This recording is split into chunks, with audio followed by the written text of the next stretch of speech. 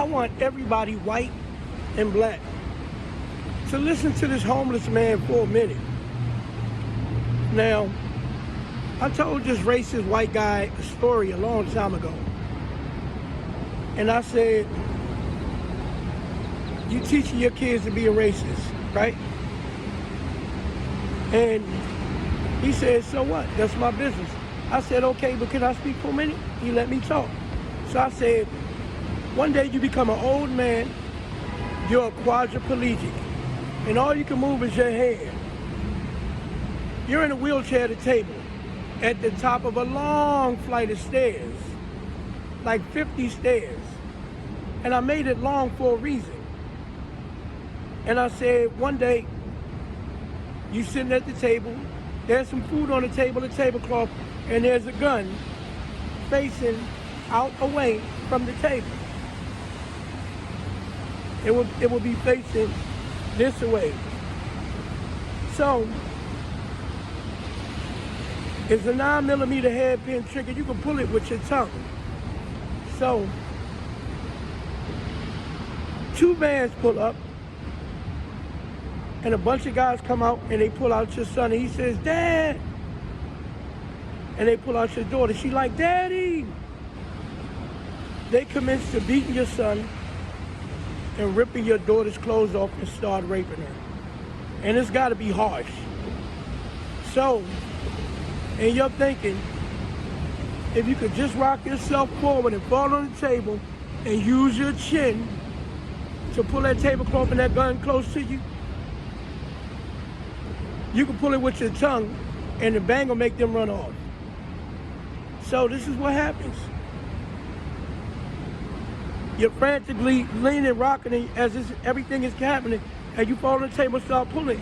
And you hear your son scream, and they stab him to death and he died, and tears rolling down your eye. So you're working harder and harder to pull that tablecloth close to you so you can get your chin close enough where you can put your tongue on that trigger. And then your daughter hollers out, and they let her go. And she runs up the stairs. Remember, it's 50 flights of stairs. And you're getting so close, she's getting closer, you're getting closer, she's getting closer. And then you put your tongue on the trigger, and she comes up to the table, and you hear bang. And you're looking at the gun, and you're screaming, no! But realize there's no smoke coming out the gun. So, in your head, you like, I couldn't save her, but I didn't kill her. You know why I'm laughing? It's not because she's dead. It's because you did kill her with your racism. Don't let your problems today become your kids' problems tomorrow. You racist people. And it's not all white people. And it ain't all black people. It ain't all Asian or Hispanic people. It ain't all Native, Middle Eastern. It ain't all Caribbean Island, Pacific Island people. It is those who are racist and hateful towards others, and teach that to their kids.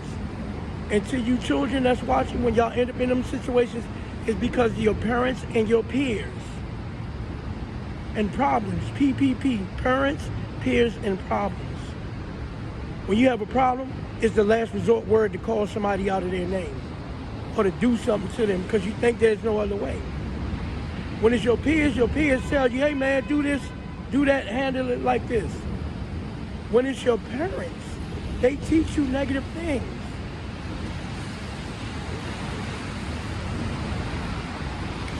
P's, a problem starts with a P. Yeah, I like to break things down on Aquarius. Stop teaching your kids to hate. The same way that you want a black person to get over somebody getting killed by somebody white is the same way a white person got to get over somebody white being killed by somebody black. If you can't get over it, what will make you think 400 years of it we supposed to get over it? 400 years of it. We didn't go to Europe and oppress y'all. We didn't go to the Caucasus Mountains of Russia where you come from and oppress whites. So why y'all oppressing us? Aren't we the ones that taught you how to read, right? How to stand up straight? How to bathe yourselves? The Moors, right? But this is how you repay us. That's why they tell people you shouldn't teach people everything you know, because once they find you expendable, they start trying to eliminate you. They say no justice, no peace. That means war. If I don't get justice, I'm not going to let you have peace. That is war. Stop that bullshit. Want to know why? Because your children are the victims every time. Don't y'all get mad at how the government do your kids? Don't the government force kids by what they say, selective service, and then they'll draft you? You have to register for selective service, so it's still a force whether they draft you or not. You got to defend your country. These are 18-year-old children. Sometimes I think 17, right? But we talking about other countries sending children in the war because they're younger. They still all kids.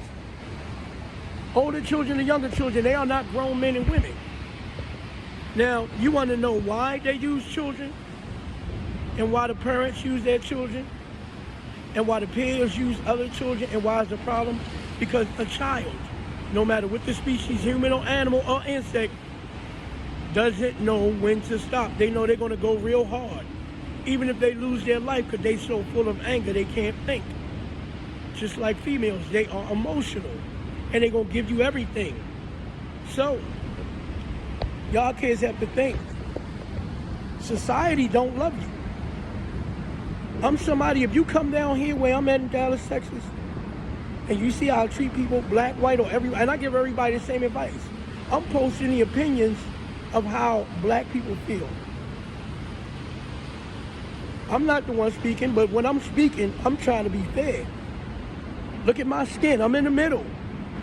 So whether you like me or not, because they said one drop of black blood makes you black, that means even the light-skinned blacks, the whites that created us didn't like us, so we knew where we stood. We are not white, we're black. But some black people don't like me because I'm light-skinned. But I don't care who likes me or don't like me. That's the problem. Y'all don't do something to somebody because you don't like them. You don't go around with your brother bullying somebody and think that it's okay. If your parents telling you that, you need to think, my dad, mom telling me something wrong. If your friends telling you that, they ain't your friends.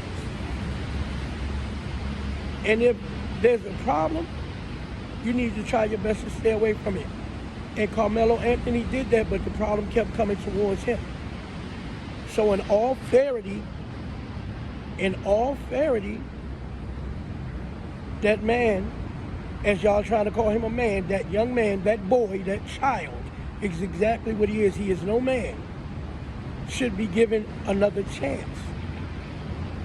And it was all self-defense. The police report proved it. They got witnesses. So stop saying he had a knife. There was never no knife whatsoever. That's the biggest lie. Stop.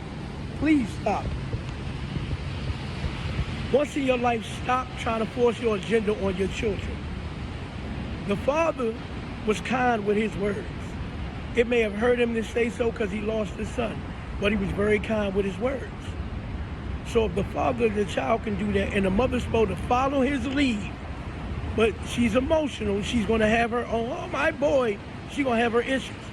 And that mother needs to understand how every black mother that went through that with somebody white with no justice, how they felt.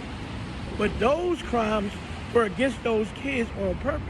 His crime was self-defense. That's a whole different story. If you bullying me, I'm going to fight back. You think I'm missing teeth and my teeth crooked from not being in fights and stuff? There's a 2x4 mark from my mother, who was an alcoholic, who was raped by her white father, Madison Strawton, in Richmond, Virginia, who her black mother, Sarah Elizabeth Allen, didn't give a fuck about my mother. All she cared about was making her white husband happy. And during those days, whites and blacks weren't supposed to be together. Yeah. That's from in prison. I fought with a bodybuilder in prison because he was Muslim and I'm a Christian. And he thought it was okay to put his hands on me. And I beat his ass in that prison. And he came downstairs and apologized. His 2 lips looked like 4 lips. It took years for that to swell up. And I'm losing teeth because of the abuse and because of the fight. But guess what? I still stand strong. I was fighting grown men at the age of 14 when I shouldn't have to be, because people like to bully people. So with that being said, stop the bullying, start to love each other, stop the hate. We don't need racism. We got enough problems trying to survive this.